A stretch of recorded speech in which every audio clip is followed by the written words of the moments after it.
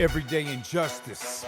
Too many wrongful convictions. Corruption has infected the criminal justice system, leaving too many people helpless, fighting for their lives. Instead of receiving justice, people suffer. Is that why they say justice is blind? Today we have Elizabeth Hinton, the great historian from Yale University. Welcome to the show. Thank you so much for having me, David. I'm so excited to be here. So we're going to be talking today about the Vanguard Carceral Journalism Guild, and you have signed on as an advisor. What does this look like, and why is it so important to amplify the voices of the incarcerated? So the Vanguard Carceral Journalism Guild is something that is completely one of a kind in that it's amplifying original on-the-ground reporting by people who reside in confinement. And I think one of the things that's really exciting about it is that it has, it's not just targeting people on the outside, but it's also seeking to inform and ground conversations and movements, ideas that are happening on the inside. Because there are intentional barriers erected between people who reside in the carceral state and those of us who live outside of it, it's really hard to get a sense of what is going on. I think most people who aren't connected to people who are incarcerated have no idea the kinds of conditions that are maintained, have no idea the kinds of violence that structures the entire system in every iota and every form, have no idea the kinds of human rights abuses that are happening and the politics that are happening, as well as, the amazing initiatives, the self-activity that's going on inside prisons. So, I think in this moment, having reporting from inside is incredibly important. And then having that reporting in a place that, that lives, that can be documented is crucially important, in part because, the public is systematically prevented from having access to any kind of files, archives, from prison administrators themselves. So, if we want to understand what's going on, and then in future generations, I'm a historian, if we want to think about how we then tell the history of mass incarceration, this reporting is really key. I mean, for historians, the kind of base of any question and project is reporting, is newspapers. And so this is, in a sense, creating the groundwork through which we can have a better sense of what exactly is going on. And, Vanguard is really at the cutting edge of that. Yeah, and I feel like it's really important, and it's become part of my passion, is to really amplify the voices of people incarcerated, because we were talking about this before we started airing this. But, for most people, it's kind of a black box, a prison system. They don't have any contact with somebody that's incarcerated. They don't see them necessarily even as quote unquote human, Right. which I kind of hate to say that, but for most people, it's like, hey, these criminals, they deserve to be locked away, and keep them away from us. Right, exactly. And so, to use another historical analogy, I think if we look at the abolitionist movement for inspiration, it really took getting the voices of enslaved people out there in the public, having, firsthand accounts of the experience and conditions of enslavement by the people who were in the belly of that beast, were truly critical to raising awareness about what was going on when, those conditions and the everyday brutality of the slave system was intentionally kept from the American public. And that helped to build allyships and build a movement that eventually, took down slavery in the US. So, it is crucially important to get the voices of people who are inside out, and also to use their knowledge and expertise as a way to inform, how we then respond to the issue. There's a lot of power in proximity, as people say, and it's not as if those on the outside can tackle any of these issues without leadership and amplification of the problem by those on the inside. And I think the other thing is that, once people actually, there's a lot, in the broader American public, there's a lot of misconceptions and a lot of undue stigmatization of people who are on the inside. And that's, of course, on purpose. That is a device to justify the systematic locking up of millions of people in the US that's been going on for decades. And, that really is about locking up Black and brown children, teenagers, and putting them in faraway prisons for most of their adult lives. That's what mass incarceration is really about. And the rhetoric around and the justification from this, from the myth of super predators to, very common ideas that have really kind of defined the American political and public imagination since emancipation, linking Blackness and brownness to criminality, if you're not informed, you just assume, well, the prison population is so large because, these people, quote unquote, are so dangerous. And then when we begin to understand the history of the system, the intentional design of the system, and the fact that, most of the people who are incarcerated are also victims of violence themselves, it begins to disrupt and dismantle the logics that have sustained and grounded the disturbing growth of the US prison population in recent years. So when you actually hear firsthand testimonials, when you get to know people who are just as impacted, then, as you say, David, it kind of breaks down the dehumanizing forces that have attempted to justify this violent system in American popular and political culture. And just by way of introduction, can you tell us a little bit about your background? You authored what I consider to be a very important book, From the War on Poverty to the War on Crime. Maybe you can talk about how that relates to this topic. Oh, well, I mean, everything I do, I think, I was a child of the 80s. So I grew up during the war on drugs when a lot of these horrible policies were unfolding. I saw my family, go in and out of the prison system and, fall to drug addiction. But even as a young kid, I knew that there was, a larger story here. As we've been talking about, I knew and would get into a lot of arguments with people that, I knew the process through which my cousins ended up going to prison. And I knew that it wasn't as simple as, well, they're bad people and dangerous and need to be removed. And so I was always conscious of the system. And I think that profoundly shaped the things that I wanted to fight for as an adult. I really don't like injustice, any form of injustice. I don't know. That's just the thing that activates me. And when I started visiting incarcerated family members and loved ones and really saw, the landscape of this mass incarceration firsthand, this was in the early 2000s, I was like, okay, I have to understand how this happened. How did we get here? This didn't just come out of nowhere. This is a historical process. And I was in graduate school. I decided to focus my dissertation research on this question. And I looked to the White House central files of every presidential administration from Kennedy to Reagan to figure this out. And what those files revealed was that indeed, this was a system that was intentionally designed by policymakers at the highest level of government to target young, initially in the 1960s, Black men between the ages of 15 and 24, who were seen as solely responsible for crime in the nation. And so my first book kind of traces that process of criminalization and ties it to policy. It shows how federal policymakers decided to disinvest from social welfare programs, disinvest from job programs, welfare, educational opportunities for people, and replace it with policing and surveillance and incarceration. And that was a process that happened, and the seeds of it were planted at the height of the civil rights revolution and progressive social change in this country.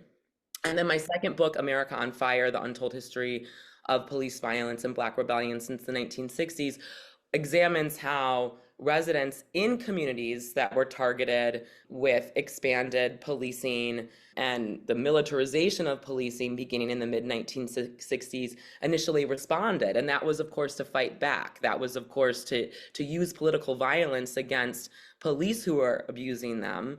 And this political violence, of course, was tied to the unfulfilled promises of the civil rights movement. The fact that people were still massively unemployed or underemployed, the fact that urban public schools were completely falling apart, the fact that people were living in public housing projects with roaches and rats, and the fact that slum landlords were allowed to extract and exploit low-income people completely unchecked.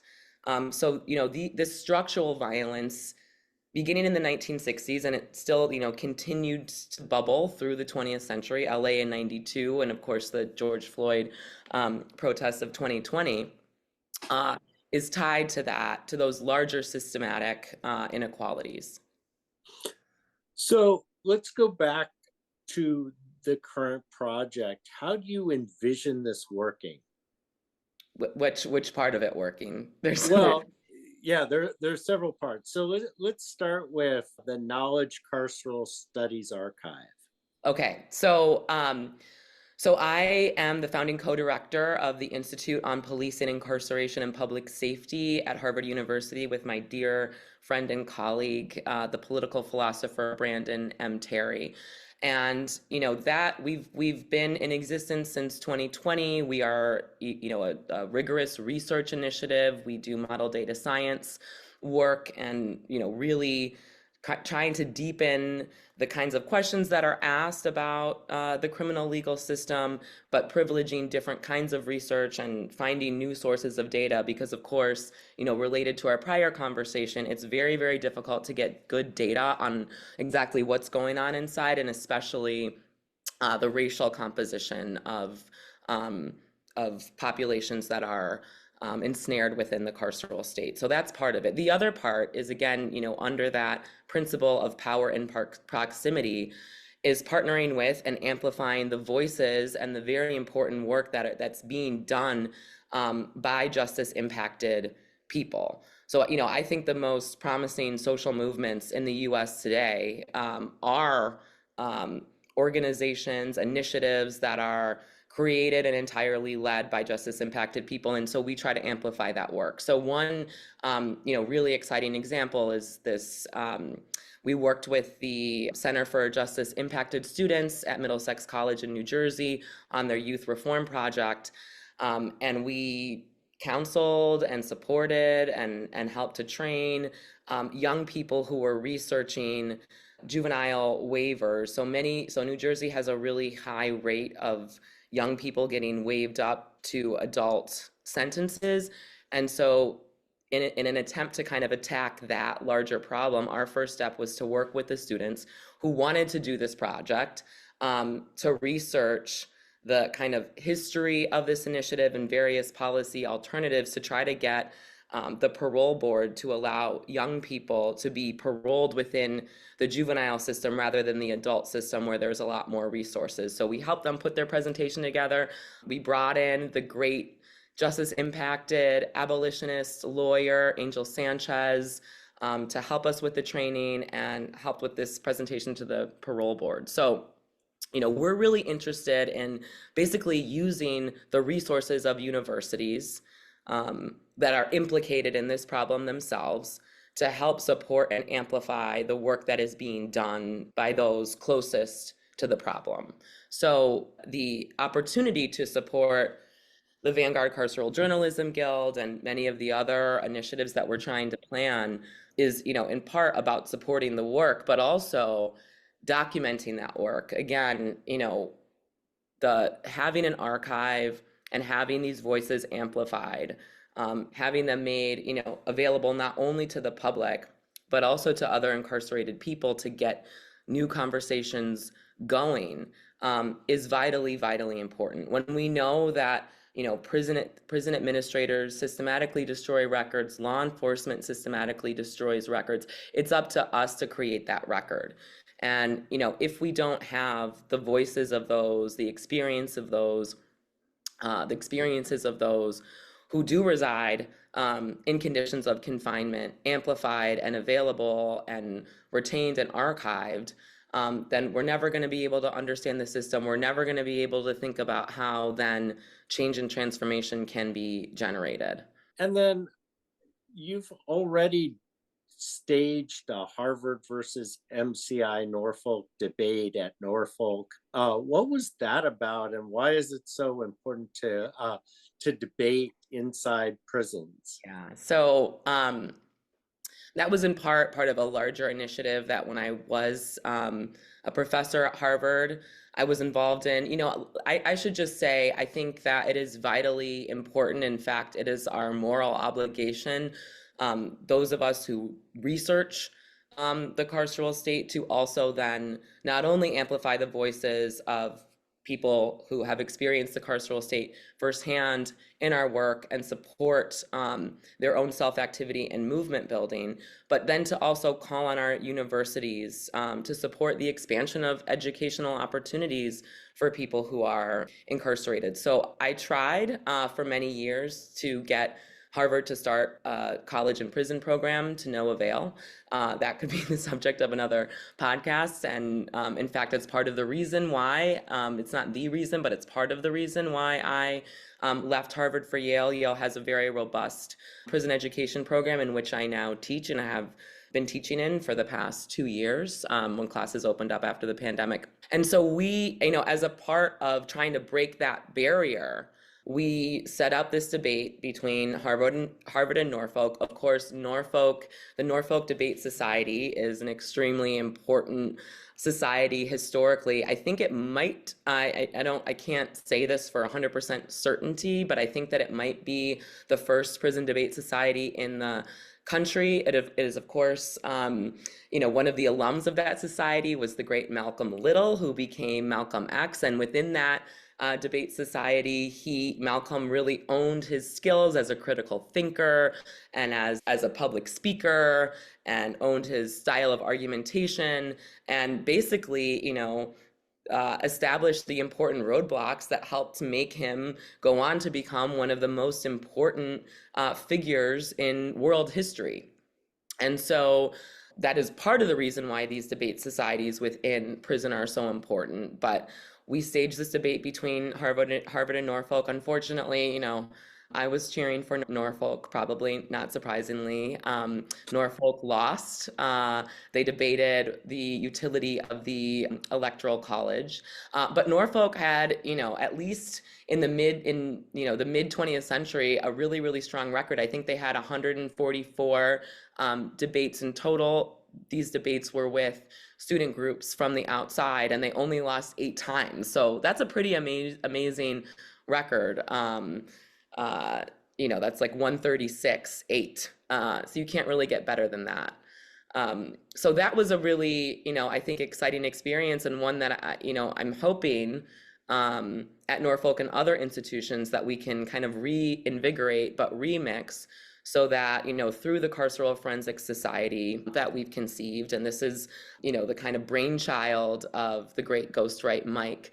And instead of emphasizing this kind of like outside-in approach to debate, creating debate societies so that people who reside in the carceral state can debate one another. And I think, the idea of a national collegiate debate society in prisons across the United States, where incarcerated people are having conversations with one another, is really exciting. I mean, for me, I think that's one of the touchstones of Vanguard's work, and as I see it, like, our role in supporting Vanguard is that, again, the intended audience is not white liberals on the outside, but formerly incarcerated people, building community within those groups, and then by extension, building community engagement. And also tell us about the Carceral Forensic Society.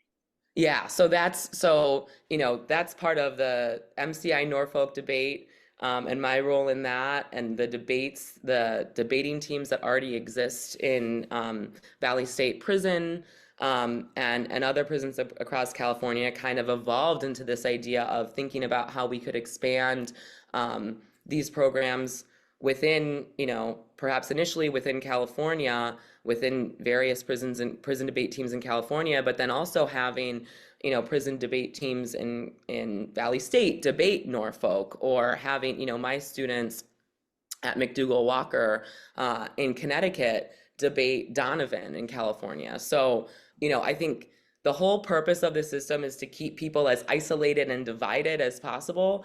And these societies really help to break, the forensic society can really help to break those barriers. And also, having debate teams, and the idea within the Carceral Forensic Society is that there would be kind of like a three-tiered weight class according to one's level of education. So associate students would compete against other associate students, bachelor students, and then master's students, is a new way to engage people in the material that they're reading in their classes in school. And it encourages people to do outside work, outside research, really owning their writing skills. I think like one way to think about it is, instead of having, rap battles in the yard, we can have like debate battles across prisons in the classroom. So that's kind of the way that that we envision what the Carceral Forensic Society could be. And, getting back to probably our original point here, is that as these activities increase, as these programs increase, then you're giving skills to people that have been trapped on the inside for, in some cases, a long time. And then once they get released, I mean, one of the amazing things that I learned in the last year or so is that people that go to school while incarcerated, they get their GED, they get their bachelor's degree, their recidivism rate drops to almost nothing. We're not doing people any favors just locking them in a cage. Exactly. And, I think so there's that, there's the recidivism piece of it. But I also, for me as an educator, I also view education as a human right. So I think, education to people who are, going to be really expanding educational opportunities to people who are going to be released in 5 years or in 100 years is equally important, because, we live in, at least in theory, we'll see for how long, a democracy.